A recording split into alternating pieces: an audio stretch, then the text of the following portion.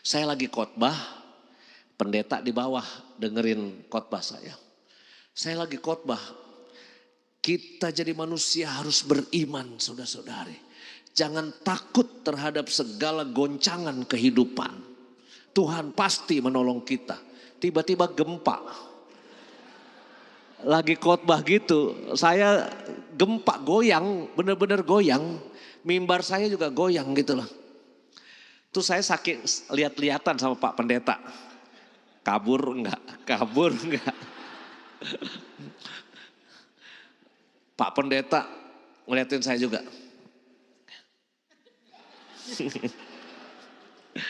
Karena kalau saya bilang dari mimbar, saya bilang mari kita keluar evakuasi.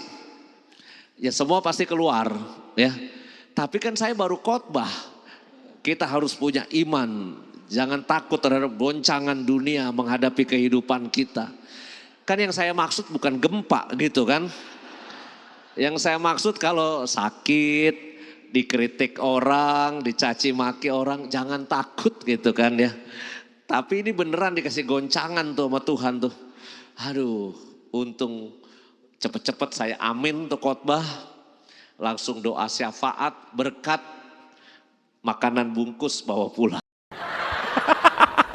Yang sering jadi pembantu ya Maya. Romo Yus mati lagi mimpin misa. Yang artinya apa? Pak moderator, Romo Sutio dan Bapak Ibu saudara-saudari, Shalom, selamat malam. Ini kalau bukan parokinya Romo Sutio, udah saya nggak terima ini acara. Saya udah tahu dari Klender ke Bintaro itu lewat mana-mana susah.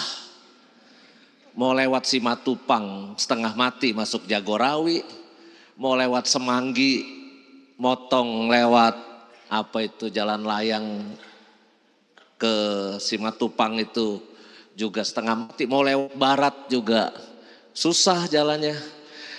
Aduh, inilah bedanya Bintaro yang jaya dan Bintaro yang tidak jaya. Aksesnya setengah mati. Tapi karena saya merasa punya ikatan batin, tapi kan saya sudah terbiasa. Dulu orang deket sama saya gitu ya. Tapi setelah saya transfer, saya ditinggalkan, itu saya sudah biasa. Tidak, setelah saya transfer, saya kira nggak pernah sedikit pun dia tertarik buat bernyanyi lagi di tempat saya. Ngakunya apa banyak pelayanan, wah sibuk umatnya ini dan itu. Tapi kalau saya ingat bagaimana perjuangan beliau di atas kereta ngamen dari gerbong 1 sampai gerbong 6 loh, ngamen untuk cari dana di sini sampai kita ledek-ledekin sedemikian rupa. Untung Romo paroki Anda ini Romo yang rendah hati. Sehingga mau dikuyo-kuyo kayak apa juga, pokoknya tetap ikhlas. Dan mungkin itu yang membuat dapat sumbangan banyak ya itu ya. Tapi luar biasa, saya ingin memuji tempat ini, bagus sekali Romo, mantap ya. Jadi bawaannya di sini saya mau konser sebetulnya, bukan mau ngajar ya. Bawaannya mau nyanyi, mau konser ya, bagus tempatnya. Baik. Waktu yang tidak panjang ini saya sadar perjalanan saya akan 4,5 jam pulang pergi, ngajarnya paling banter 1,5 jam ya. Mungkin saya akan mulai dulu dengan kuis pemahaman iman Anda ya. Ada banyak bencana dalam hidup kita. Oke, yang di depan mata Sumatera. Mungkin ingat juga 2006 gempa di Jogja, 2006 itu gempa Jogja, Klaten, Ganjuran, Bantul, itu Bruk, itu 2006. Kalau 2004 itu tsunami Aceh. Atau bencana lain lah, pesawat terbang dari Surabaya, AirAsia mau ke Singapura, tiba-tiba jatuh. Saya menemani 2 anak nganter mama papanya naik pesawat Sriwijaya Air ke Pontianak. Anaknya belum sampai rumah di Gading Serpong, tiba-tiba dapat kabar pesawat ayah ibunya jatuh dalam perjalanan itu. Dan mereka harus menjemput papa mamanya dalam bentuk daging hitam yang sudah nggak jelas lagi bentuknya. Maka pertanyaan saya buka pelajaran hari ini dengan kuis. A, Tuhan mengatur semua itu. Ya, ada bencana, ada kesusahan, ada yang sakit kanker, ada yang jatuh pesawatnya, ada yang kekeringan. A, Tuhan mengatur semua itu. B, Tuhan mengizinkan itu terjadi, mengizinkan. C, Tuhan tak berdaya sehingga itu terjadi. A, Tuhan mengatur, Allah Maha Kuasa. Ya. B, Tuhan mengizinkan, silahkan kata Tuhan. Tapi bukan dari Tuhan. Kalau mengizinkan itu kan bukan dari Tuhan. Ya. C, Tuhan tak berdaya. Tuhan kita kalah kuasa sama niat jahat manusia, dosa manusia. Tuhan kita kalah kuasa. Siapa yang pilih A, angkat tangan. Tuhan mengatur. Tuhan mengatur. Yakin, kok Bapak langsung turun sih Pak? Mantap gak Pak? Tuhan mengatur, gak ada temennya langsung turun. Yang C, Tuhan tak berdaya. Bapak, Ibu jelasin sedikit Bu. Kenapa kok Ibu punya keyakinan kayaknya Tuhan gak berdaya berhadapan dengan itu semua? Karena itu ulah manusia. Karena itu Ulah manusia. ulah manusia. Tuhan gak bisa stop. Kalau misalnya saya ingin gampar Ibu, Pak, kan ulah manusia nih. Tuhan bisa stop gak? Bisa. Mau saya coba bahwa Tuhan gak bisa stop. Bisa saya coba loh, Tuhan gak bisa stop. Saya mau gampar Ibu bisa gitu. Ya. Siapa yang milih B, Tuhan mengizinkan. Nah yang B ini Anda cari aman semua. Cari aman. Ya. Tapi mungkin baik kita berefleksi. Kalau kita mengatakan, kita kan percaya Allah kita tuh maha kuasa. Kalau lagu orang karismatik dari kitab suci kan mengatakan, tidak mungkin sehelai rambut kita pun jatuh tanpa seizin Tuhan. Rambut Anda rontok aja, itu pasti seizin Tuhan. Ya, artinya Tuhan itu maha kuasa. Mengatur semua itu iya atau enggak gitu. Kita percaya Tuhan maha kuasa, tapi kan kita seperti digoncang. Kok kemahakuasaan Tuhan kalah sama para pembabat hutan misalnya. Kalah sama orang yang mungkin sekarang ini sibuk melakukan dosa-dosa yang dia pikir Tuhan gak lihat gitu. Lalu yang C, Tuhan tak berdaya, kita seakan-akan menyangkal kemahakuasaan itu. Kalau kita punya konsep Allah maha baik, maka kita gak mungkin percaya bahwa Tuhan melakukan itu semua. Maka kita gak mau pegang keyakinan bahwa Tuhan itu mengatur itu semua. Pernah terjadi perdebatan ini, ya, A, B, C, A, B, C. Saya kasih itu di depan anak SMA Gonzaga. Dalam retret bersama saya kasih pilihan A, B, C. Tiba-tiba ada anak yang angkat tangan. Romo, saya punya jawaban sendiri katanya. Apa jawaban kamu? D Romo, D. Apa D? Gelap Romo, otak saya gak sampai kata dia gitu. Saya langsung, anak ini bagus. Ketika dia bilang gelap, otak saya gak sampai, apa artinya? Misteri hidup yang tidak terselami. Ya. Kenapa kok yang kena gempa 3 uskupan itu? Yang kena banjir bandang kemarin, hujan seperti itu 3 keuskupan itu. Kenapa kok daerah ini enggak? Kenapa yang ini kena celaka, yang ini enggak? Banyak hal yang dalam hidup kita ini misteri yang tidak terselami. Kenapa ada orang yang sangat kaya raya dengan rumahnya yang magrong-magrong ya. Tapi kok kenapa ada orang yang manusia gerobak, tidurnya di gerobak, didorong dan sebagainya. Maka buat saya ada satu kalimat yang harus kita siapkan ketika kita beriman ya. Itu adalah misteri hidup yang tidak terselami. Ya. Maka ini poin pertama yang harus kita ingat karena bencana dan peristiwa itu up and down, naik turun. Mirip kayak dongeng favorit saya. Ini dari Anthony de Mello dongengnya. Ada seorang petani miskin punya kuda cuma satu. Dia disebut miskin karena kudanya satu.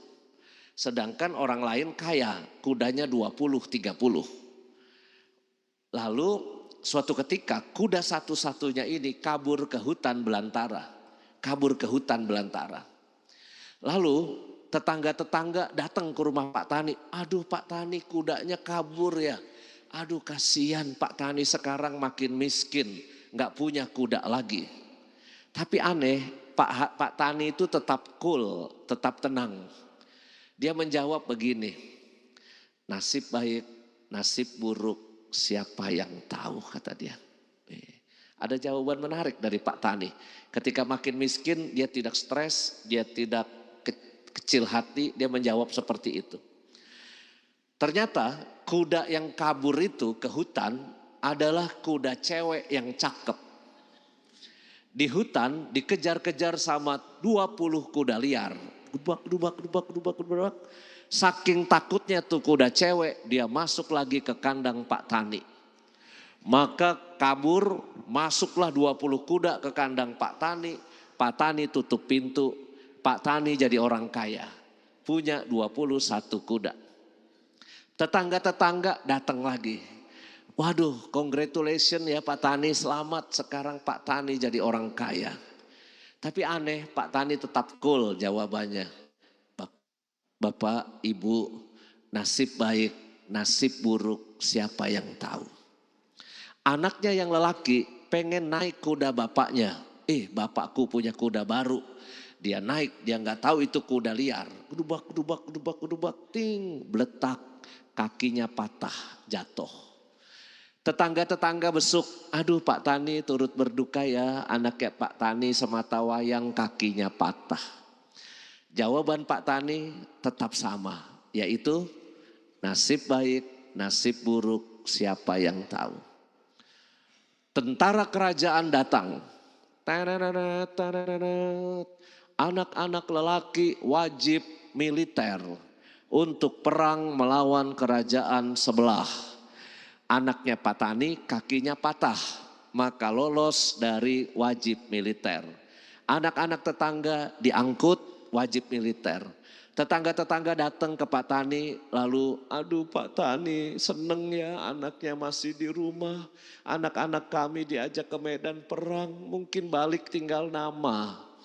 Tapi sekali lagi Pak Tani menjawab, Bu, Pak, nasib baik, nasib buruk, siapa yang tahu. Saudara-saudari, bencana dalam hidup kita nggak pernah tahu ya. Sekarang terjadi kepada saudara-saudari kita yang di sana, it can happen to us gitu. Itu bisa terjadi juga pada kita. Maka saya kira sikap kita terhadap peristiwa-peristiwa hidup yang mungkin mengejutkan secara negatif, yaitu bencana, harus tepat. Menurut saya hidup di dunia ini harus ikhlas. Gak mungkin selamanya hidup kita tuh jalannya nanjak terus, baik terus gitu ya. Gak ada up and down-nya, gak ada susahnya, gak ada bencana. Lihat wajah-wajah Anda, ini kan wajah-wajah pernah menderita semua. Atau masih ada yang sedang menderita, kita gak tahu ya. Tapi buat saya ini guratan-guratan wajah kita ini kan bukti bahwa kita pernah melewati dan pernah menghadapi atau sedang menghadapi itu. Cuma sikap hati yang ikhlas ini harus kita siapkan. Jangan sampai kita berpikir berkat Tuhan buat kita itu hanya kalau hidup kita lancar. Ekonomi bagus, keluarga rukun, sehat. Itu artinya Tuhan memberkati kita. Tapi ketika kita terjadi bencana, ketika terjadi kesusahan, apakah Tuhan tidak memberkati kita? Nah, ini question mark besar.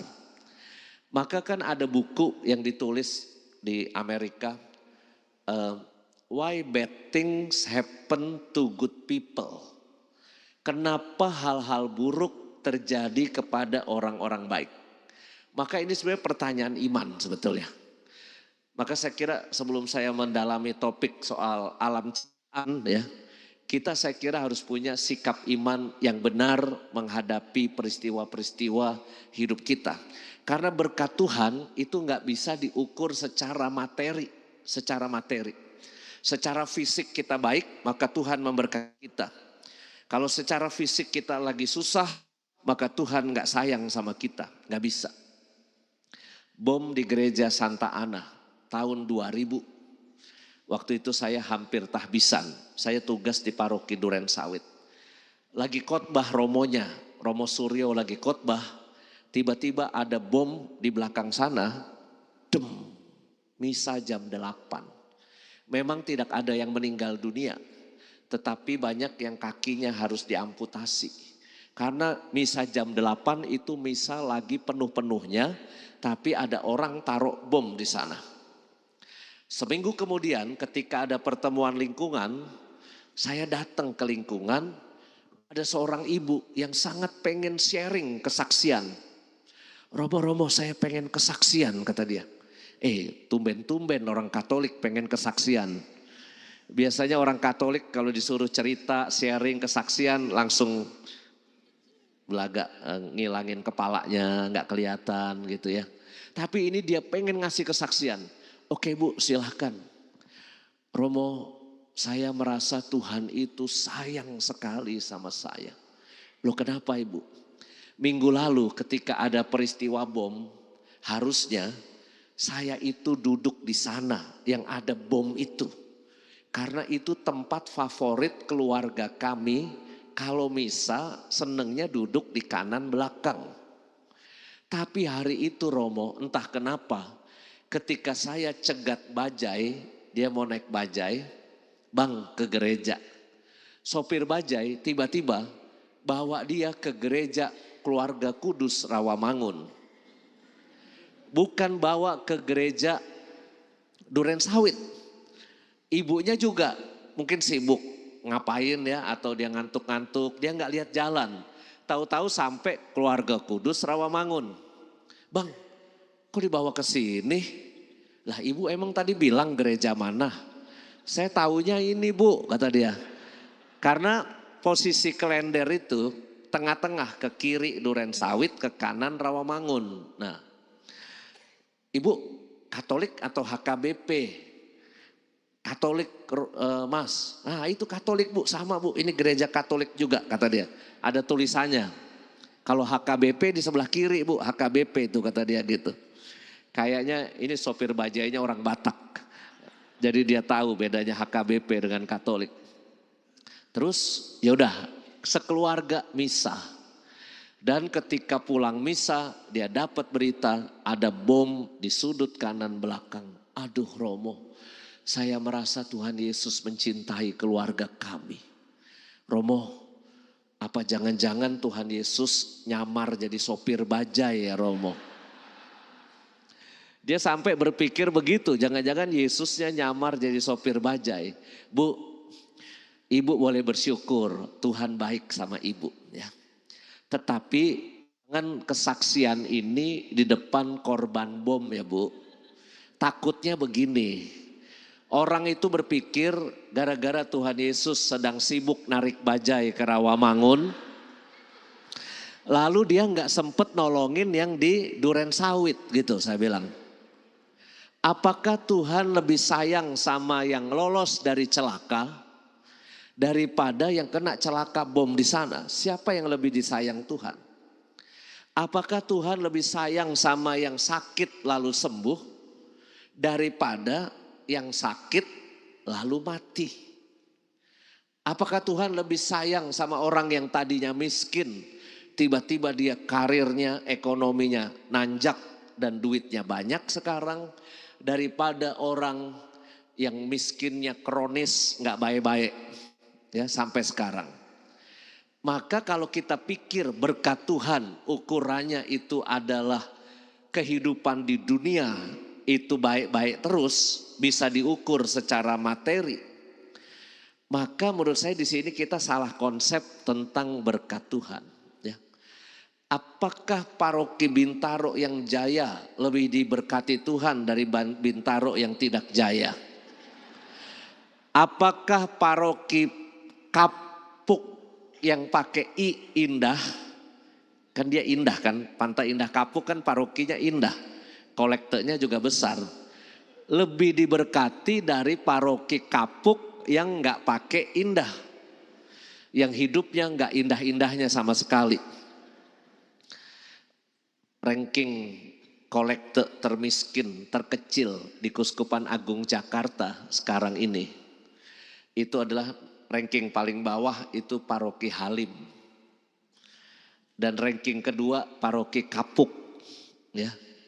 Itu seminggu 6 juta rupiah. Romo Sutio langsung, wah gua orang kaya nih. Lebih dari 6 juta. Nggak masuk di ranking itu. Saya punya rankingnya 20 besar termiskin. Kolektenya saya tahu itu. Maka kemarin ketika ziarah Porta Sancta, setelah menyelesaikan 9 gereja yang dekenat itu, saya memutuskan bersama teman-teman kita cari 9 gereja yang paling kecil kolektenya. Yang mungkin ada di jalan susah, jalan sempit gitu ya, yang orang gak berpikir untuk jangan ke situ deh. Ya udah dapat Halim, Cilitan, Kapuk ya. Kota Bumi itu juga kecil prosentase kolektenya, dia diuntungkan umatnya banyak. Tapi sebenarnya kalau dihitung per kepala kolektenya ya kecil gitu. Maka kita kunjungin ke sana. Ya. Maka buat saya hidup ini kita nggak bisa ukur yang namanya berkat Tuhan itu dengan ukuran materi. Ya. Mari kita lanjutkan. Itu pengantar ya. Nanti kalau udah lapar bilang ya saya juga mau pulang soalnya ya. Keutuhan alam ciptaan. Tolong klik langsung. Bapak Suci Paus Fransiskus ini menuliskan sebuah dokumen pada tahun 2015 ya. Itu namanya Laudato Si. Ya, sudah sering kita dengar. Tapi 2023, 8 tahun kemudian sebelum beliau wafat ya, sudah masa tua. Beliau menulis satu lagi namanya Laudate Deum. Dan kalau kita baca Laudate Deum itu isinya kayaknya Paus Fransiskus lagi marah. Kalimatnya tuh kenceng dan keras Laudate Deum itu. Kenapa? Di situ beliau ingin mengatakan kepada semua orang yang berkehendak baik, ini krisis iklim udah nggak main-main. Tapi kita juga aneh juga ya, Amerika pengen merebut Greenland ya. Greenland padahal kan isinya es semua ya. Kok pengen ngerebut sono, kenapa ya? Kok gara-gara gonjang ganjing ini kok logam mulia emas langsung pada naik. Ibu-ibu langsung sakit kepala kan. Aduh kenapa kita dulu gak nabung logam mulia pak ya kan. Dan sebagainya. Tapi Paus tuh ingin mengatakan ada orang yang berkehendak baik untuk menjaga alam ini. Tapi memang ada orang yang punya kehendak jahat. Maka dokumennya judulnya Laudate Deum. Laudate Deum artinya itulah pujilah Tuhan. Karena beliau ingin mengatakan dunia sekarang ini banyak yang mengarah pada laudate, apa bahasa Latinnya ya, aku, ego ya. Jadi pujilah saya. Jadi berpusat pada demi kepentingan saya. Bukan untuk memuji memuliakan Tuhan, tapi untuk demi kepentingan saya, maka merusak dunia ini. Laudato Si sih masih bahasanya masih lunak Bapak Paus Fransiskus. Mari kita jadikan bumi ini rumah kita bersama. Itu kan dokumennya seperti itu. Tapi di Laudate Deum itu paus kita itu nadanya marah. Krik terus. Ini Laudato Si ya. Saya nggak tahu ya bayangan kita tentang dunia ini kayak apa ya. Tapi saya kira sering ada perdebatan tentang bagaimana kita mengolah dan menguasai bumi ini. Ya. Bagaimanapun bumi ini kan harus diwariskan kepada generasi-generasi seterusnya.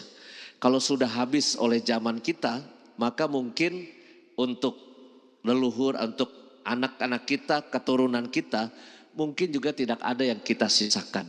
Ya. Klik terus. Nah, mari kita lihat ini. Kisah penciptaan. Kejadian bab 1 ayat 1 sampai 2 sampai bab 2 ayat 3. Allah melihat bahwa semuanya itu baik, ya. Awalnya semuanya baik. Tapi sekarang kita lihat Jakarta ketika hujan besar aja sudah setengah mati kita hari-hari kemarin itu, ya. Tidur itu kayaknya saya itu kalau udah malam sebelum tidur itu udah hujan deras, saya langsung keliling ke got belakang, Samadhi. Langsung ngelihat got yang ke kampung belakang itu banyak sampah atau enggak. Tapi untungnya memang karyawan saya sudah terlatih, pokoknya tidak boleh ada sampah di got-got kita. Karena Samadhi itu kan di tengah, kita punya got besar. Di atas ini ada kampung, airnya turun semua ke Samadhi. Di got itu. Tapi airnya turun lagi ke kampung Bulak di belakang. Jadi air dari atas nampung ke Samadhi, kalau ini nggak lancar kebuang ke sana, maka lalu banjirlah Samadhi. Ya tahun 2020 kamar saya kebanjiran. Saya lagi tidur, kasur saya udah kerendam. Dan orang yang retret di Samadhi waktu itu, ya itu malam tahun baru. Bapak Uskup juga lagi nginep di situ lagi. Maka Bapak Uskup dapat hoki banjir tanggal 31 Januari malam. Ya kalau Anda ingat malam tahun baru 2020 tuh ya sebelum Covid. Itu Bapak Uskup pagi-pagi pakai sarung nyekrop banjir gini. Ya. Akhirnya saya harus ganti kasur 300 kasur. Karena semua basah kerendam, maka saya ganti. Dan selidik punya selidik, air dari Samadhi tidak ngalir ke kampung. Di kampungnya itu juga banyak sampah. Sehingga lalu ya rumah-rumah di seberang saya pun itu satu pintu banjirnya. Jadi ketika di sono banjirnya satu pintu, nggak usah heran kamar saya kasurnya kerendam. Bapak Uskup lagi sibuk nyekrop, saya asik tidur di pulau dengan kapuk begitu. Banjir kayak gitu dibangunin sama frater. Tapi buat saya awalnya dunia itu kan diciptakan baik adanya oleh Tuhan. Dan kita manusia punya tugas. Coba klik. Tugas manusia beranak cuculah dan bertambah banyak. Penuhilah bumi dan taklukkanlah itu. Berkuasalah atas ikan-ikan di laut dan burung-burung di udara dan atas segala binatang yang merayap bumi. Kalau kita baca ayat ini, maka lalu kesannya tugas kita manusia itu pokoknya menguasai bumi ini. Tapi kita lupa bahwa itu mungkin ada lanjutan tugas berikutnya. Ya, coba kita lihat. Kejadian bab 2, Tuhan Allah mengambil manusia itu dan menempatkannya dalam Taman Eden untuk mengusahakan dan memelihara taman itu. Maka dari rumusan ini, tugas manusia ada 3, menguasai, mengusahakan, dan memelihara.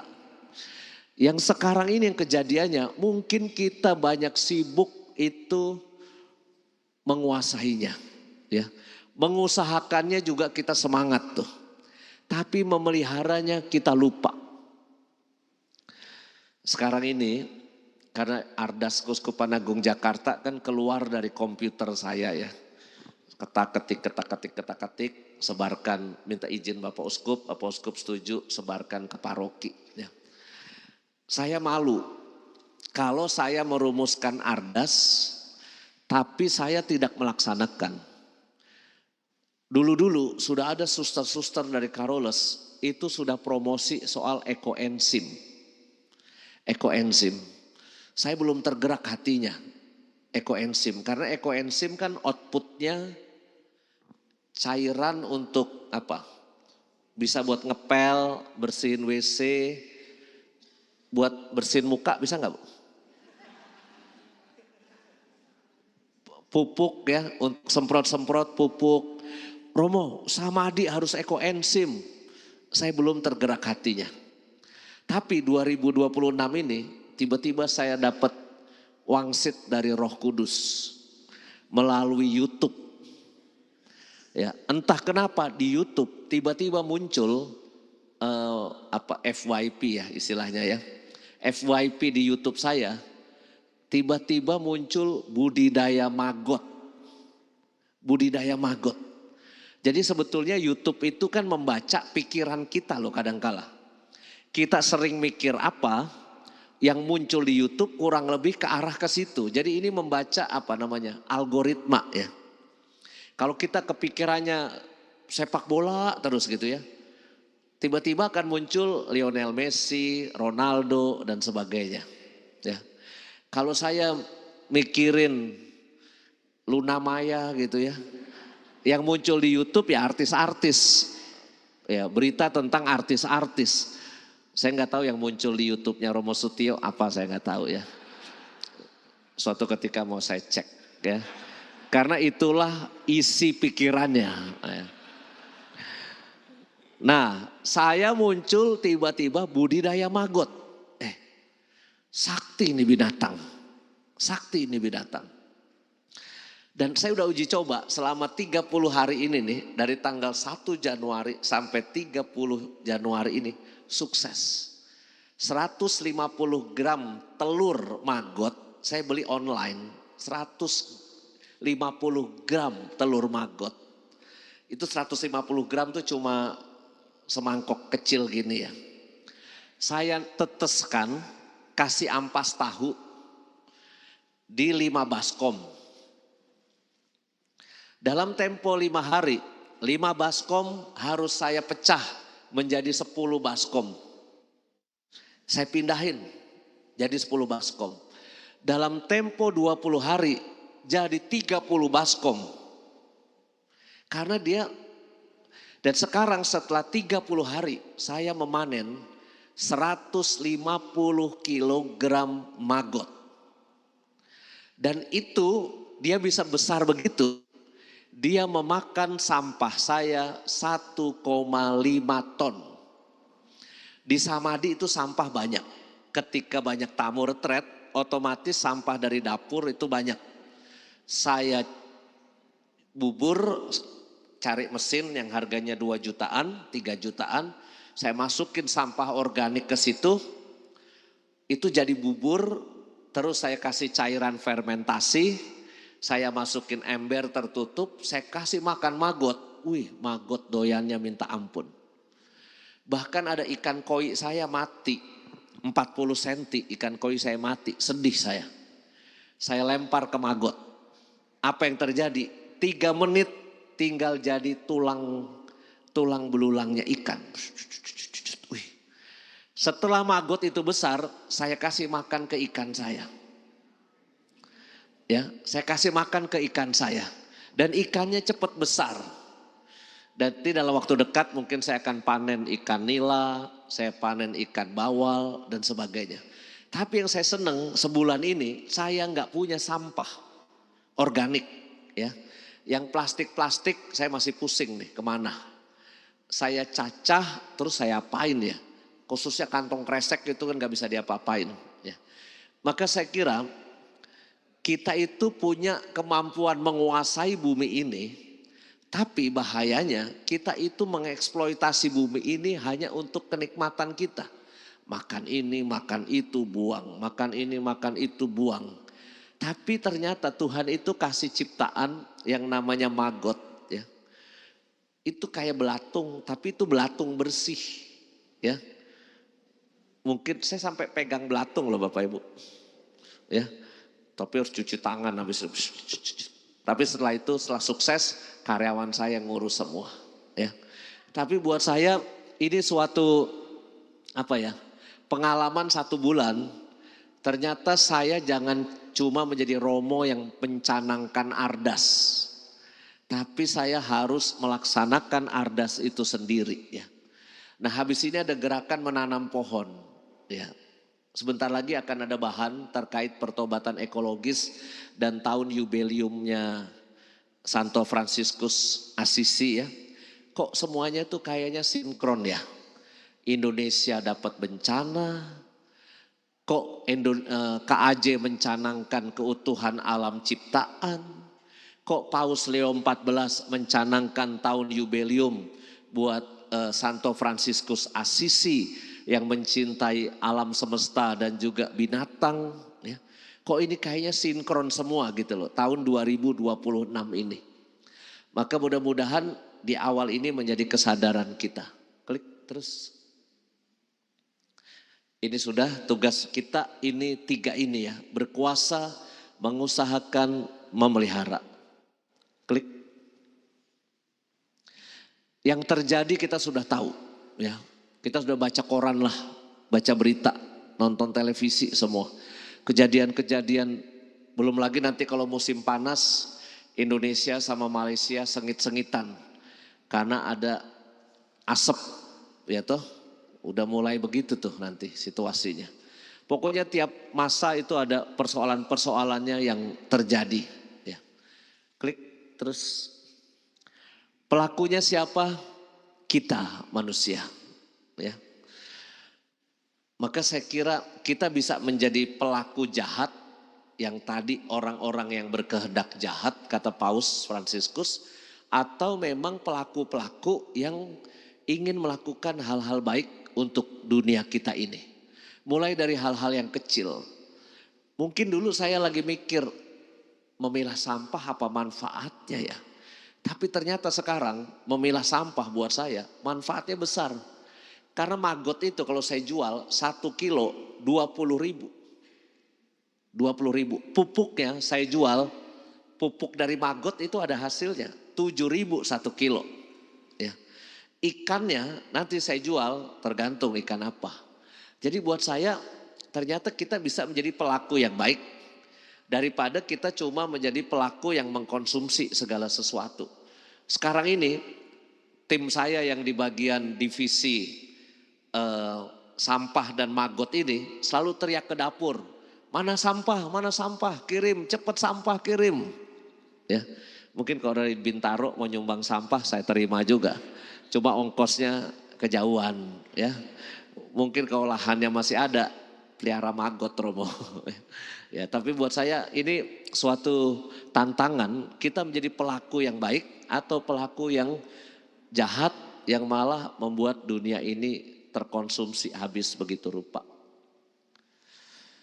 Kita tidak dapat lagi meragukan bahwa alasan dari kecepatan yang tidak biasa dari perubahan berbahaya ini adalah campur tangan manusia yang tidak terkendali terhadap alam dalam 2 abad terakhir. Peristiwa-peristiwa yang berasal dari alam seperti letusan gunung berapi tidak cukup untuk menjelaskan proporsi dan kecepatan perubahan yang terjadi dalam beberapa dekade terakhir. Dunia kita makin panas kita makin pasang AC. Dulu ada perdebatan di paroki Stefanus Cilandak. Saya kira paroki yang terakhir pasang AC itu salah satunya adalah Cilandak. Padahal Cilandak kan sebetulnya paroki cukup mampu kan Stefanus ya kan. Yang paling terakhir kayaknya Cililitan. Tapi Cililitan bukan karena idealisme. Karena mereka nggak punya duit aja buat pasang AC, nanti bayar listriknya, ininya sistem. Tapi Stefanus Cilandak, paroki yang cukup mampu, itu berdebat sangat ketat soal pasang AC atau tidak. Ya. Kalau Anda pernah ke gereja Stefanus Cilandak, mungkin dekat dari sini bisa ya. Itu kan bentuk bangunannya kayak joglo ya. Joglo terbuka 4 penjuru. Jadi altarnya di tengah. Altarnya di tengah, utara, selatan, timur, barat itu kebuka semua. Jadi umat itu ada yang di belakangnya altar ya. Tujuannya bagus, sirkulasi angin. Sirkulasi angin. Dulu-dulu mungkin keren tuh gereja kayak gitu, adem. Tapi lama-lama kan ngelekep juga. Jakarta kan lama-lama panas juga, ngelekep. Maka lalu terjadi perdebatan antara dua aliran. Aliran pendukung AC dan aliran penolak AC. Yang mendukung AC itu siapa? Orang-orang kaya, bisnismen, pengusaha-pengusaha terkemuka di Pondok Indah. Mereka kan kelasnya konglomerat begitu, bukan pengusaha kayak Anda, bukan ya. Kalau Anda kan pengusaha dalam artian tiap hari usaha ya kan. Ini kan pengusaha nih ya. Kalau yang di Pondok Indah tuh levelnya konglomerat ya. Yang punya Ciputra Group, yang punya Hokben, yang punya macam-macam lah di situ, orang Katolik yang kelasnya konglomerat di situ. Usul ke Dewan Paroki pasang AC dengan kalimat apa? Nanti semua instalasi kami yang membiayai. Dan setiap bulan kalau ada selisih bayar listriknya, kan Dewan Paroki kan mikir nanti bayar listriknya gimana gitu ya. Kalau nanti ada selisih bayar listriknya naik gara-gara AC, kami yang akan menutup kebutuhan bayar listrik itu. Kalau ada kerusakan AC, kami yang menservis atau menggantikannya. Jadi sebetulnya Dewan Paroki dan Romo itu tenang karena ada yang sponsor dari awal sampai akhir, sampai ke bayar listrik, sampai ke servis dan ganti kalau ada yang rusak. Tapi ada satu aliran yang sangat idealis, yaitu kelompoknya Bapak Franseda almarhum. Rumahnya juga di Pondok Indah. Cuma beliau orang Katolik yang sangat apa ya. Ya kita tahulah kalau orang NTT itu ya kekatoliknya kayak apa. Beliau bersama teman-temannya bilang begini. Apakah kita tidak kuat menderita bersama Kristus selama 90 menit? Yesus menderita disalib buat kita. Kita cuma karena kepanasan misa, kita nggak kuat dan nggak mau menderita bersama Kristus. Wah, berdebat antara idealisme, kelompok idealis dan kelompok apa ini? Kapitalis, ya kan? Kelompok kapitalis bertempur sama kelompok idealis. Dan the winner is, siapa pemenangnya? Kapitalis. Duit selalu menang ternyata. Ya setelah dipasang AC ya semua menikmati juga. Tapi kan ternyata ya kita tahu lah bahwa dengan demikian sebetulnya banyak hal membuat dunia kita ini semakin panas gitu.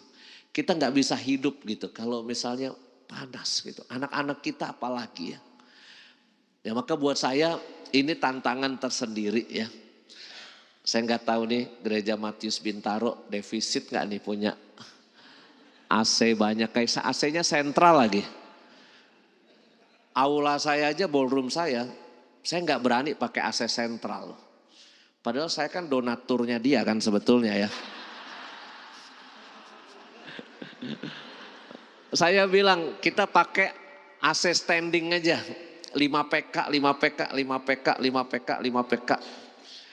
Itu pun sumbangan Polytron. Dari Jarum, Jarum kan punya Polytron, saya tinggal WA, dikirimlah itu. Kenapa? Supaya nanti kalau kita lihat umatnya sedikit, satu aja atau dua aja. Kalau umatnya tambah banyak, 4, 6 dan sebagainya. Karena setelah saya masuk Samadhi, emang listriknya itu naik. Listriknya naik terus ya. Tapi sekarang saya udah kenceng sama Romo-Romo juga. Romo-Romo keluar dari rumah, dari kamar lebih dari 2 jam, matiin AC, saya bilang. Ya. Karena kadangkala ya itu Romo-Romo pergi, AC-nya nggak dimatiin. Anak-anak juga retret, udah saya ganti kuncinya, pakai kunci, mau nggak mau listrik dia padam dalam kamar gitu loh. Itu lumayan itu ya, smart system lah untuk itu ya. Saya mulai berpikir apakah pakai PLTS ya, listrik tenaga surya. Tapi setelah saya hitung-hitung, investasi awalnya nggak cucuk sama penghematannya. Karena investasinya masih sangat mahal tuh kalau pakai tenaga surya. Ya. Maka saya kira sekarang ini kita saatnya untuk berpikir ya, bahwa untuk mewariskan dunia kita yang indah ini, itu kita perlu berbagai upaya. Klik terus. Krisis alam itu nyata, ditutupi, dianggap siklus alam, biasa. Banjir tuh biasa, kebakaran hutan biasa, ada gempa itu ya biasa, namanya ini dan itu. Kita boleh deg-degan loh Jakarta, semoga enggak ya. Itu kan katanya patahan yang dari apa itu istilahnya, Sukabumi, patahan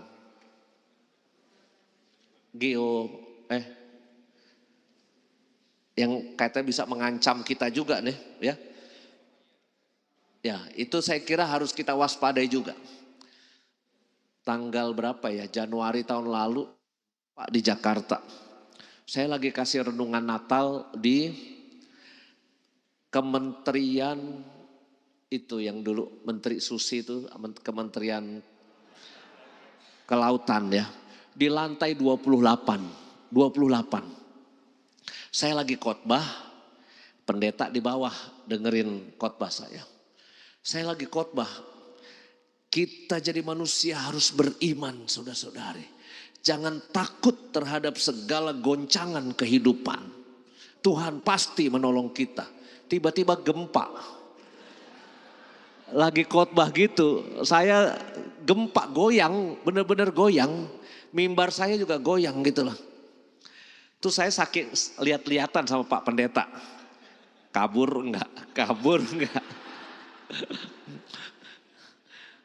Pak Pendeta ngeliatin saya juga.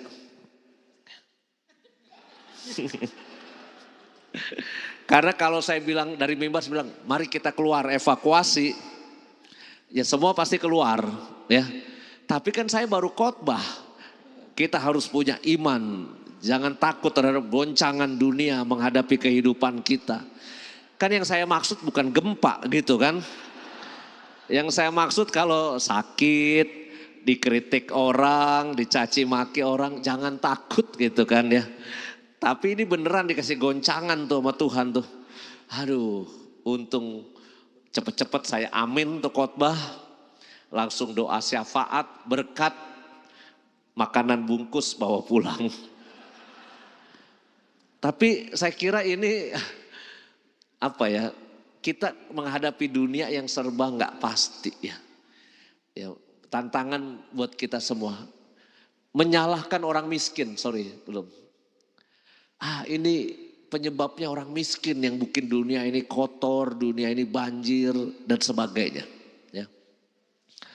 Lalu solusinya tidak menyelesaikan masalah. Dampak perubahan iklim bentuknya kayak gini situasinya. Ya. Sekarang itu penyakit makin aneh-aneh ya kalau menurut saya ya. Kemarin saya baru ketemu dokter, saya besuk satu Romo yang sakit di Karoles. Romo, sekarang Romo harus waspada sama sakit batuk ya. Sakit batuk zaman sekarang itu katanya nggak sembuh sama obat-obat yang biasa, harus pakai antibiotik katanya. Lah, kenapa bisa gitu dok? Kayaknya waktu saya dulu jadi anak kampung gitu ya namanya batuk ya Minumin aja apa, komik terus apalah gitu ya, obat batuk ibu dan anak gitu. Tapi sekarang kok ada batuk yang katanya menaun yang kok nggak baik-baik gitu. Maka itu baru batuk. Belum tiba-tiba penyakit yang rumit-rumit itu makin aneh-aneh ya. Cancer ini kok katanya sekarang ini makin muncul di mana-mana. Saya coba pikir-pikir, apakah karena kita di Jakarta ini kan hidup dengan udara di atas kita ini kayak kabut kan sebetulnya. Ya. Kalau kita ngelihat dari atas tuh mendarat ya dari pesawat ke Jakarta gitu, kan kayaknya suram gitu ya. Beda kalau kita mendaratnya mungkin bukan Jakarta lah, misalnya Manado aja. Kita mendarat di Manado aja. Itu kayaknya enak gitu, cus, hijau semua, langit biru.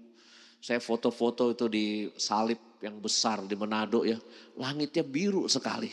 Sedangkan kita di Jakarta nggak pernah dapet langit biru gitu. Maka ini bukti bahwa mungkin udara di sekitar kita juga nggak bersih. Dan ujung-ujungnya apa? Yang kita hirup, ini bisa jadi penyakit juga nih. Ya. Aduh, dalam hati saya penyakit makin gak jelas. Umur manusia memang katanya makin panjang. Karena kehebatan teknologi di bidang kedokteran, dokter-dokternya juga makin pinter. Yang terdampak masyarakat miskin, keluarga pesisir, banjir itu, petani dan anak-anak. Saya kira ini situasinya. Klik. Oh, tapi Natalan kemarin tuh saya jadi tahu orang Katolik itu kerjanya di mana aja. Saya jadi tahu ya. Diundang ke badan cyber.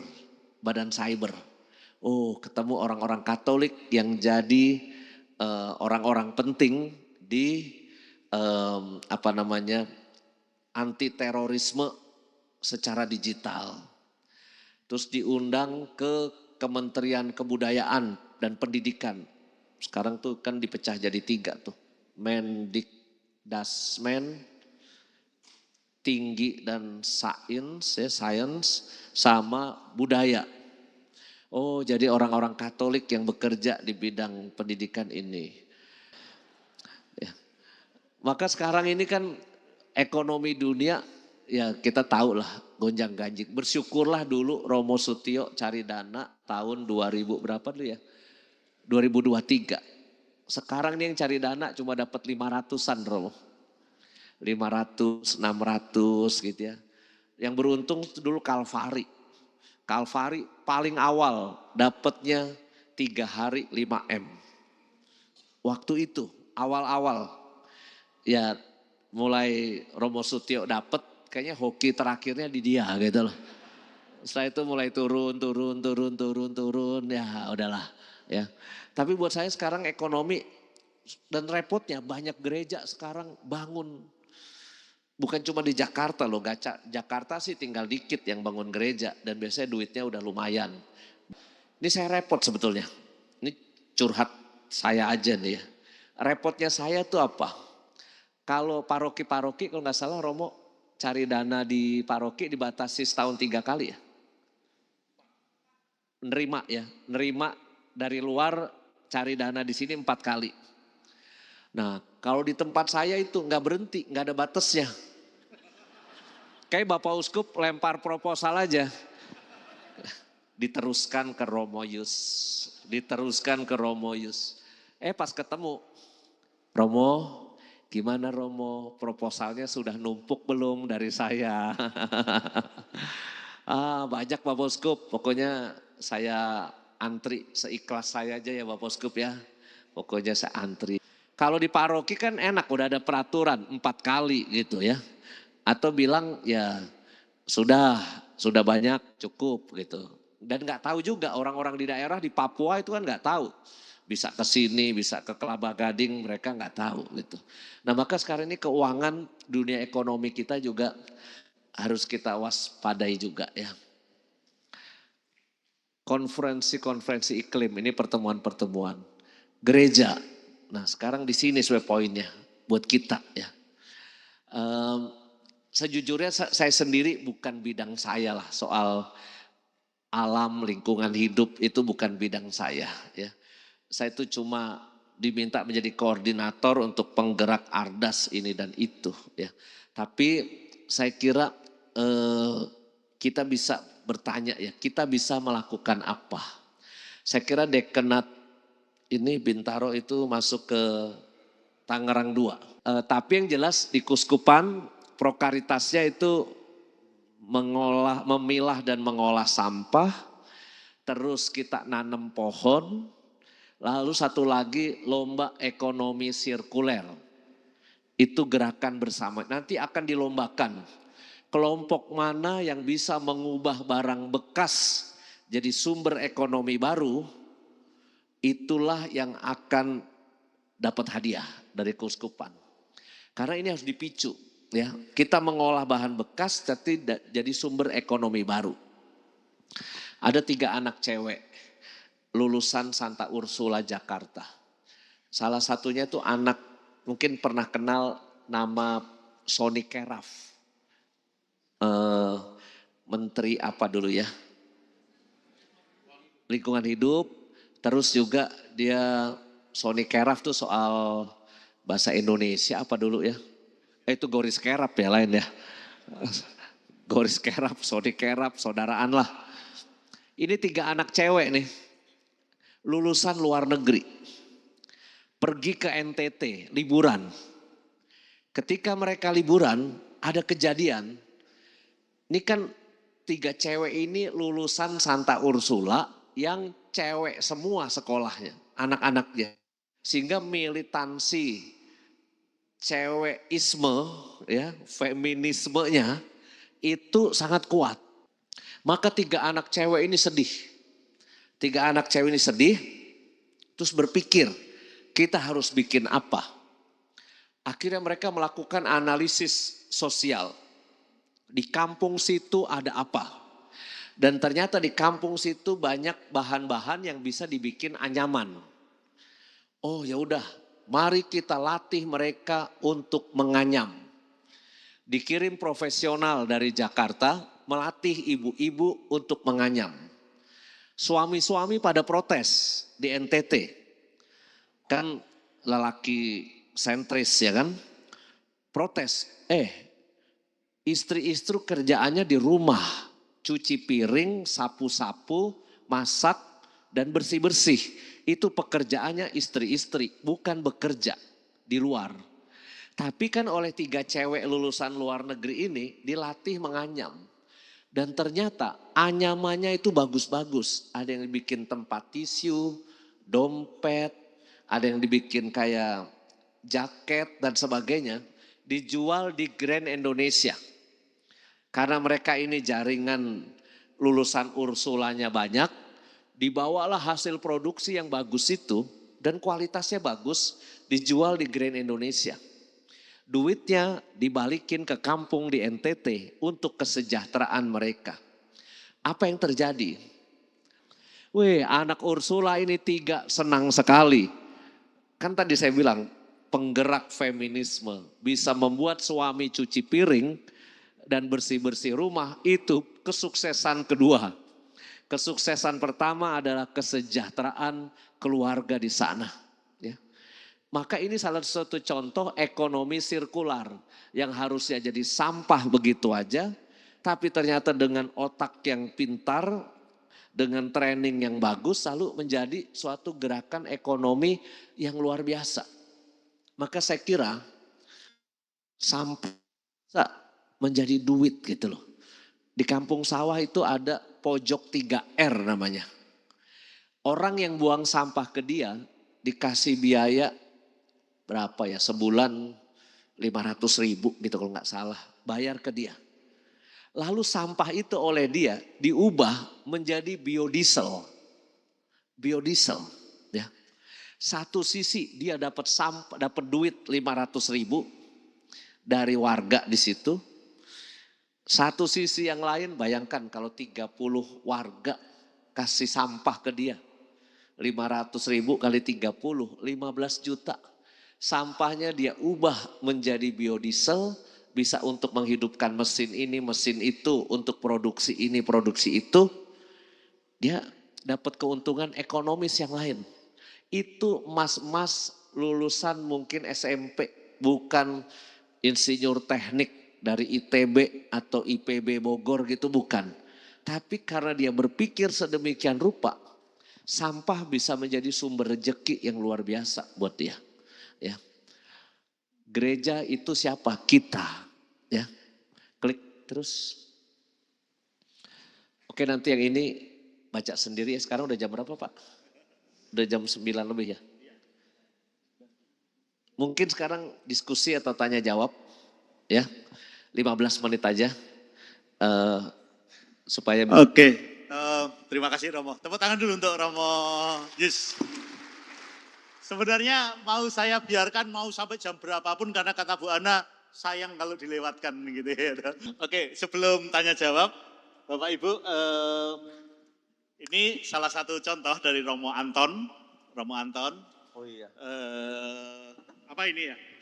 Lukisan Santo Fransiskus Xaverius menggunakan sekitar 1.500 tutup botol plastik di atas medium hardboard ACP ukuran 120 kali 120.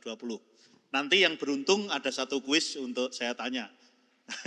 Terakhir ya. Tapi ini harusnya Romo Anton ini yang memberi kesaksian luar biasa nih. Iya, nanti sambil Ada kan di belakang tuh Romo seniman Anton. Oh, iya. kita di belakang. Seniman beliau. Ya, ini salah satu contohnya ya. Nanti tolong dicermati apa tadi yang dibicarakan, terus kemudian yang saya sampaikan, yang Romo sampaikan, terus kemudian siap-siap dengan kuisnya dari Romo Anton. Dan Romo Anton langsung yang memberikan ya. Terima kasih. Satu termin saja untuk tiga penanya ya. Singkat, padat, dan jelas. Monggo. Tunjuk jari dari sini satu, tengah satu, sana satu. Diskusi apapun boleh. Ya, satu. Ibu ya. pertama, Mbak di sana. Ada Mungkin satu dulu mulai. satu dulu.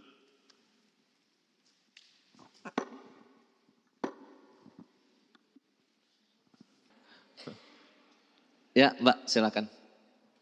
Selamat malam Romo Yus, perkenalkan nama saya Margaret Beatrice Bemba dari sini. Nah, Dari jadi sini. Kenapa nggak dari tadi?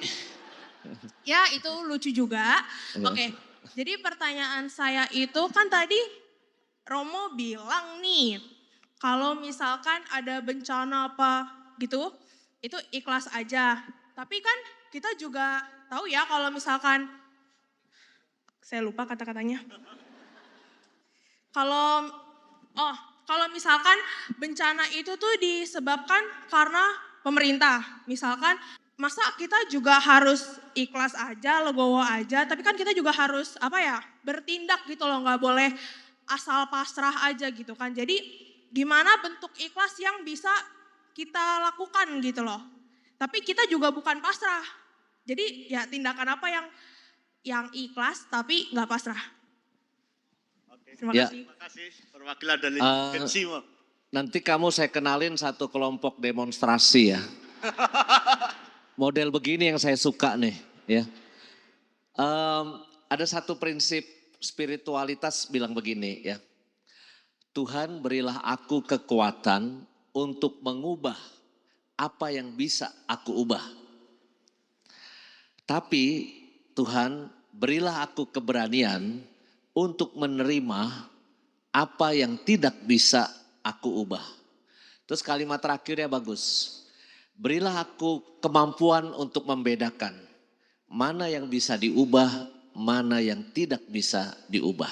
Ya, ini prinsip spiritualitas yang bisa dipakai untuk berbagai kasus gitu ya. Misalnya, kalau anak kita kurang pinter gitu ya, agak on dikit, remedial terus. Jangan dibilang itu udah takdir deh, udah kita ikhlasin aja anak kita on gitu ya. Jangan lupa Thomas Alva Edison itu dikeluarkan dari sekolah, dikirimin surat oleh sekolah kepada mamanya. Kami terpaksa mengeluarkan anak ini dari sekolah karena anak ini terlalu bodoh untuk bergaul bersekolah bersama teman-temannya. Dia bisa menjadi penghambat. Maminya sedih ketika dapat surat itu. Lalu dia bilang sama si Thomas, mamilah yang akan ngajarin kamu. Ternyata bersama maminya yang penuh cinta itu, jadilah dia Thomas Alva Edison yang menemukan 30 jenis penemuan dengan hak cipta di Amerika. Ya. Maka ketika dia mati, itu semua orang memadamkan lampu sebagai simbol penghormatan kepada anak yang pernah dianggap bodoh. Ya. Mungkin ada hal-hal yang memang harus kita ubah gitu. Bisa. Jangan keburu cepat pasrah juga. Nah, bagaimana dengan bencana-bencana? Bagaimana dengan kemiskinan-kemiskinan? Ada kemiskinan alamiah dan ada kemiskinan struktural. Itu contoh ya. Kemiskinan alamiah itu saya memang terlahir dari keluarga miskin itu. Dan hidupnya memang tinggal di daerah miskin. Memang saya lahirnya di sono gitu. Tapi apakah kemiskinan alamiah tidak bisa diubah? Bisa gitu, bisa. Lihat wajah-wajah Anda, ini kan dulu orang miskin semua. Ya kan? Tapi sekarang punya mobil, punya motor, bisa makan sehari 2 atau 3 kali, bisa nyekolahkan anak.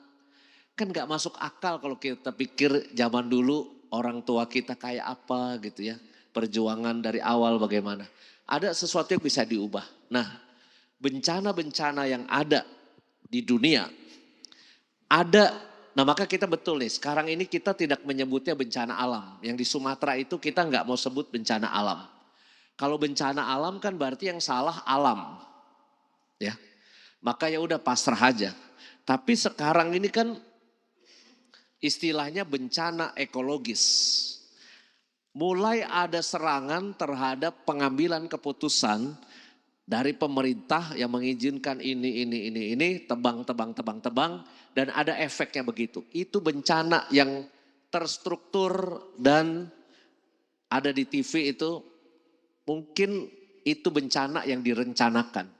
Itu. Dan itu pasti harus dicari siapa yang salah di situ. Ya. Tapi sekali lagi kan Ebit punya lagu. Mari kita bertanya pada rumput yang bergoyang. Ya kan, mengapa di tanahku terjadi bencana. Ujung-ujungnya kita mungkin orang Indonesia tuh cepat ganti problem, cepat lupa persoalan yang kemarin itu. Ya. Coba aja Anda cek ya. Persoalan ditutup sama persoalan lain, persoalan ditutup sama persoalan berikut. Lalu ya udah, kita nggak fokus menyelesaikan itu, kita lewat begitu aja. Atau mungkin karena orang Indonesia itu maha sabar, pengampun, ya. Tapi buat saya betul, pendapat kamu betul bahwa ada persoalan, ada bencana, ada kesusahan yang memang disebabkan oleh pihak-pihak yang mendapat banyak keuntungan. Itu jelas. Ya. Tapi ya kita harus memperjuangkan itu. Maka kamu kuliah di mana? Undip. Undip sono? Ya. Semarang? Hah? Rembang? Wah, berarti kamu harus masuk ke Senat sana, ngerubah dari sana, demo lah ya. Sehebat-hebatnya di sana. Karena Gen Z movement tuh penting loh. Gen Z movement, kalau udah tuir-tuir kayak gini kan udah gak kuat. Kemarin Agustus kemarin udah tinggal doa aja di rumah. Agustus kemarin kita ngelihat demo diturunkan DPR, Syahroni diserbu, Uya Kuya diserbu. Kita yang umur 50-an kan gak ada di situ. Gak ada, walaupun gondrong kayak gini nih. Nyalinya udah gak ada. Umur, soalnya faktor umur ya kan. Iya, udah bau minyak angin sekarang dia. Tapi mungkin tahun 97, 98, nah ini zamannya umuran yang segini gitu ya, berjuang. Ya. Oke, ada lagi siapa yang mau Oke, 2 diskusi? ya. Ini Gen Z juga. Ini calon suster yang baik ini. Wis. Oke, selamat malam Romo Yus dan juga Bapak Ibu sekalian. Perkenalkan, nama saya Intan, saya dari Paroki Matius. Saya ingin menanyakan sesuatu. Nah, di dunia yang semakin canggih ini, teknologi sudah semakin berkembang. Dan banyak negara yang sudah menerapkan yang namanya transportasi listrik. Namun, pemerintah Indonesia juga kurang dalam melihat orang-orang di bawahnya seperti kesenjangan sosial dan juga tingkat kemiskinan di Indonesia yang semakin tinggi. Dan juga mereka pusing dengan urusan mereka sendiri, mengeksploitasi hutan dan juga banyak penebangan pohon di Indonesia. Nah, pertanyaan saya, bagi umat Katolik yang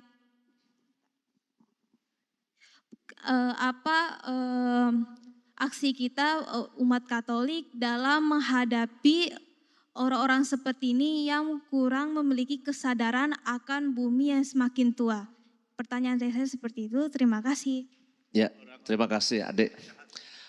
Ya, saya mulai dengan transportasi listrik tadi ya. Kita kan pikir bahwa dengan transportasi listrik maka nggak ada polusi CO2 di jalan dan sebagainya. Misalnya kayak gitu ya. Dari sisi itu betul. Maka waktu TEPAS KAJ 2025 kemarin, para Romo kumpul, ada tuh salah satu usulan gerakan tahun 2026, Romo-Romo ganti mobil listrik. Bapak Uskup merengut aja. Bapak Uskup merengut. Ekonom keuskupan juga merengut gitu kan, aduh ya. Akhirnya itu enggak menjadi persetujuan bahwa ada paroki yang lalu ganti mobilnya dengan mobil listrik, ya ada. Tetapi itu tidak menjadi prioritas atau pilihan kita. Saya cuma pikir ya, kenapa orang China, di China sana gemar sekali semuanya pakai baterai gitu kan ya. Mobil listrik, motor listrik, semuanya gitu.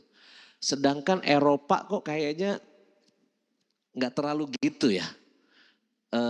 Walaupun mungkin orang Eropa bisa juga bikin teknologi mobil listrik, bisa gitu. Banyak orang yang mulai mikir kan, untuk bikin baterai listrik itu menghabiskan berapa banyak nikel ya.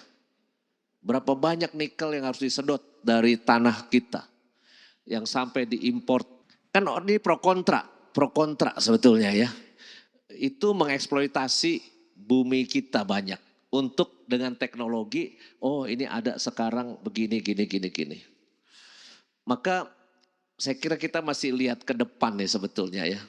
Apalagi dengan pemerintah sudah mencabut 2026 ini subsidi untuk mobil listrik ya. Itu kalau nggak salah 2026 udah nggak sebesar waktu 2000 sebelumnya ya. Itu mungkin orang mulai berpikir harga mobil listrik bisa naik sebentar lagi nih dan sebagainya. Tapi saya kira ini menjadi tugas luar biasa. Tapi pertanyaan kamu kan kenapa masih banyak orang yang belum punya kesadaran ya terkait ya dunia yang semakin habis ini ya. Ya karena pasti orang berpikirnya jangka pendek tentang hidupnya sendiri gitu. Tadi saya bilang di awal bukan laudate deum tapi dia memuji dan memuliakan mencari untuk kepentingan kenikmatan dia sendiri. Itu bisa terjadi. Dia nggak pikir panjang tentang kehidupan generasi-generasi di bawahnya gitu. Selama kita bisa hidup enak, ya udah nanti yang lain urusan yang lain gitu. Maka saya kira ini tergantung, ya ini yang mau dimaksud oleh Keuskupan Agung Jakarta dengan ardas keutuhan alam ciptaan, kita punya mindset yang sama. Mari kita mulai menjadi orang yang menguasai alam ini memang betul, tapi kita mengusahakan betul, tapi jangan lupa kita harus memelihara alam ini. Itu tugas kita saya kira ya. Penyebabnya apa ya? Penyebabnya karena pikiran pendek demi keuntungan diri sendiri itu. Sampai nanti mungkin dia sudah ngalamin kesusahan tentang alam semesta yang menyerangnya, barulah kita berpikir tentang bagaimana bertobat secara ekologis. Karena kadang-kala orang bertobat itu kan harus dapat goncangan dulu tuh. Kalau belum dapat goncangan, belum dapat problem, belum dapat suatu yang membuat dia shock, mungkin dia nggak berpikir untuk bertobat. Sama untuk pertobatan ekologis juga begitu. Ya. Oke. Oke, terima kasih. Istirahat dulu Romo. Terima kasih. Saya panggil Romo Anton. Tepuk tangan untuk Romo Yus. Romo Anton. Terus kemudian penanya tadi, dua penanya tadi untuk maju ke depan. Ya, jadi kuisnya untuk hadiahnya dua penanya. Seharusnya jadi narasumber nih Romo Anton nih, pikat pertama nih. Mantap. Cuma ditunggu, saya langsung kemari. Oh. Karya-karyanya luar biasa Romo Anton itu. Iya, Romo Anton sangat terkenal. Pesan apa yang mau disampaikan dengan lukisan ini, Romo? Baik, sebenarnya satu hadiah ini untuk Romo Yus dari saya. Jadi hanya 2 saja ya. Kecuali Romo Yus menyediakan yang satu untuk supaya ada 3 ya. Ada lagi yang mau menang ketiga? Boleh aja. Ya kalau Romo Yus mau 1 saya beri untuk. Saya dengan senang hati menerima. Ya. Karya istimewa Romo Anton. Ya. Makasih Romo. Baik. Itu terdiri dari 1504 tutup botol. Saya suruh seorang frater skolastikat waktu saya jadi rektor di sana untuk menghitung dengan setia. Yang besarnya di mana? Yang besarnya di skolastikat. Sebesar apa Romo? 1,20 meter. Jadi ukuran triplek itu bagi 2. Yang satu Conforti, Franciscus bukan Assisi tapi Franciscus Saverius sebagai pelindung misi. Oh, ini miniatur replikanya ya? Iya replika. Suatu saat wajah Romo Yus dia tutup botol. Ntar aja kalau saya udah mati ya. Atau jangan-jangan you mati duluan. Ya. Terima kasih Romo Anton. Ini apanya? Ini tempatnya ya. Baik, untuk kenang-kenangan. Nah, pertanyaannya sederhana. Udah ada pemenangnya ini Romo. Udah siap mau kasih kuis. Oke. Selamat. Bungkusnya belum? Foto dulu. Oke. Belum ya?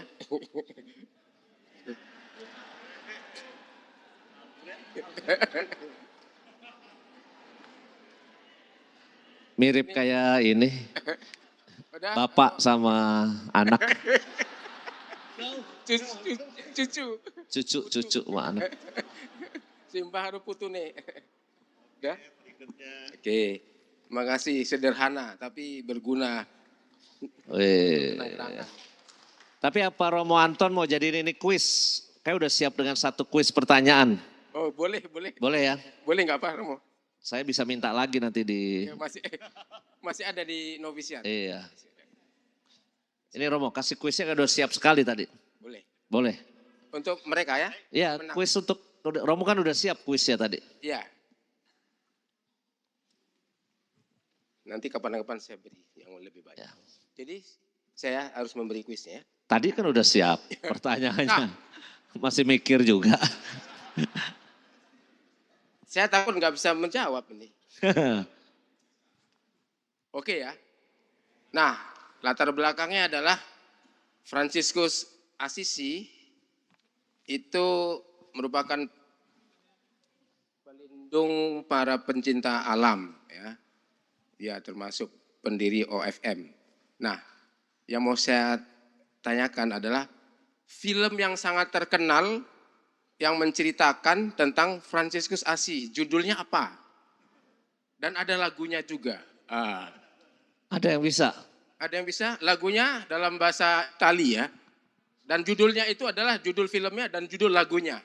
Untuk menang ini harus tahu judul film dan tahu lagunya. Tahu lagunya sedikit aja nggak apa-apa. Susah sekali kuis ini. Filmnya aja dong Romo. Oke. Judulnya Brother Sun, Sister Moon. Oke. Dalam bahasa Italianya Fratello Sole, Sorella Luna. Benar. Berarti Romo Anton yang nyanyi. Lagunya gimana? Romo Anton nyanyi lagunya gimana biar umat tahu? Awal-awalnya aja ya. Coba. Dulce dolce sentire come mai. Lupa lagi. Orang dia aja lupa apalagi umatnya ya nggak? Sorry. Ngasih soal susah-susah. Itu lagunya waktu saya frater seminari menengah saya antar, lalu tidak kalau ada teksnya saya bisa. Oke. Sorry, Kita panggil ibu yang tadi. Ibu Ana. Wih. Brother Sun and Sister Moon. Yeah. Karena kekasan Santo Fransiskus itu menyebut semuanya sebagai Ya. saudara. Saudara matahari, saudari rembulan. Bahkan maut pun disebut saudari maut. Saudari maut. Saudari maut. Saudari maut, ya. Ini. Enggak, saya Enggak, bisa nanti- datang ke kamarnya beliau minta. Nanti saya. Saya mau ngambil yang gede nanti. Iya, enggak, Pak. Ini Ibu Ana. Ibu Ana lah guru bahasa Inggris di Oh, Novis dan Novis. wah. Maka sangat mujur.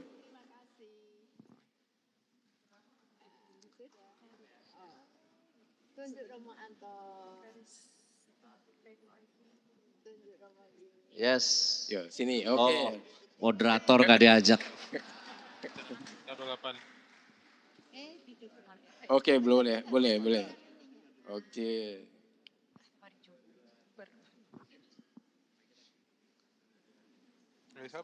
Ya, Makasih Romo Yus. makasih Ibu. Makasih panitia. Oyus. Makasih ya Romantan. Kapan ketemu lagi? Oke, silakan. Baik, terima kasih semuanya, terima kasih kehadirannya, terima kasih komunitas Xaverian, tepuk tangan untuk Xaverian. Kita doakan teman-teman Xaverian. Kanosian hadir ya, Kanosian ya? Suster-suster Kanosa jadinya hadir, mana susternya? Oh di sana calon-calon, oh ya. Kita doakan semuanya ya supaya gereja kita semakin kaya. Terima kasih Romo untuk pengantar seluruh pikat kita. Tetapi kata-kata dari judul bukunya dari Paus Fransiskus itu menarik. Pujilah Tuhan dalam setiap hidup kita, dalam setiap karya kita, dan juga dalam pembelajaran kita, saudara-saudara. Ada satu kalimat dari Afrika ya, dari Afrika, bahwa kita tidak mewarisi alam ini dari nenek moyang kita, tetapi kita meminjamnya dari anak cucu kita. Maka semoga kita bisa memberikan yang terbaik apa yang kita pinjam dari anak cucu itu. Dan gereja ada di depan untuk memberikan kesaksian. Tuhan berkati, selamat malam. Berikutnya saya serahkan kepada MC. Ya.